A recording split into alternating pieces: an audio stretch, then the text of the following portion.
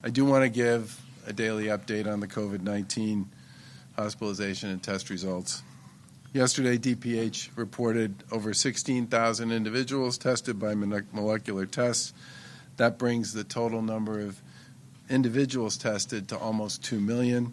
We continue to be a national leader by virtue of any measure with respect to testing. And we're obviously grateful to CVS for everything that they've done to help people get access to testing here in the Commonwealth.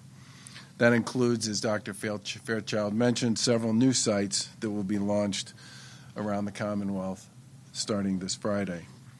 Statewide, the positive test rate on a rolling 7-day average continues to be 0.8%. There are 352 cases hospitalized and 56 that are currently in the ICUs. Yesterday, the Department of Public Health also updated its COVID-19 data map. As you know, this map designates communities with a risk level of high risk, moderate risk, or low risk, red, yellow, or green, based on the number of cases by population, and communities that have fewer than 5 cases are white. They don't have a designation. Compared to the last 2-week period, 93% of the communities in yesterday's report saw either an improvement or no change in their average daily case numbers.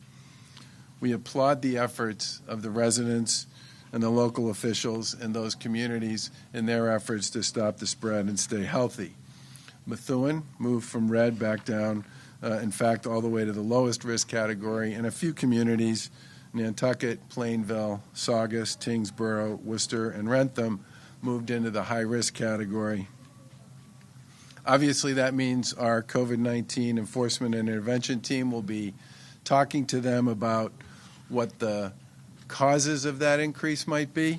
The first thing I would say about this, and the most important, is this data is a dashboard, and as numbers move week over week, the first thing people need to do is work with our team and with others in their own community to figure out why. Because that, in some respects, is the most important element in making sure that people are doing the things they need to do to deal with whatever may have caused their increase. That could include gatherings. It could include a congregate care facility. It could include a bunch of other things. But one of the things we believe is particularly important about this community-by-community data is the opportunity it gives people to continuously review with their local boards of health and with our Department of Public Health and with the folks on the intervention and enforcement team what exactly it is that's driving cases up in a particular community or driving them down. We want people, obviously, to continue to do the things we've talked about. They need to stay vigilant. If they go to a gathering of any kind, they need to socially distance. They need to wear a mask. Obviously, if people aren't doing that, we would urge people not to go to those kinds of gatherings. You should wear a mask whenever you leave the house and whenever you can't social distance, and obviously visit mass.gov/stop-COVID-19 for more resources. The vast majority of Massachusetts towns continue to show very low levels of transmission and very few cases. That's terrific progress here in the Commonwealth, but the virus obviously is still with us. One of the things we've started to do is a weekly update on what's going on with colleges and universities here in Massachusetts. As many people know, since August, colleges have begun regular implementation of their own COVID-19 testing programs for students, faculty, and staff. The results from those reports have been included in the daily testing and positive case numbers that are published by the Department of Public Health, and the test results from colleges will continue to be included in the daily numbers.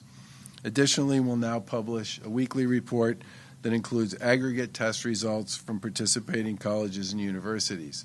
Yesterday, this report included around 60 colleges that are currently reporting results to DPH, and obviously will add results from other schools on a rolling basis if and when they begin their own testing protocols. Yesterday's initial report indicated that about 500,000 tests had been conducted as a part of this testing at higher ed institutions since August 15th, and about 500 positive test cases resulted from those tests. That's a positive test rate that's obviously well below the statewide average, and it shows that colleges and universities and students are doing their part to make sure that they open safely.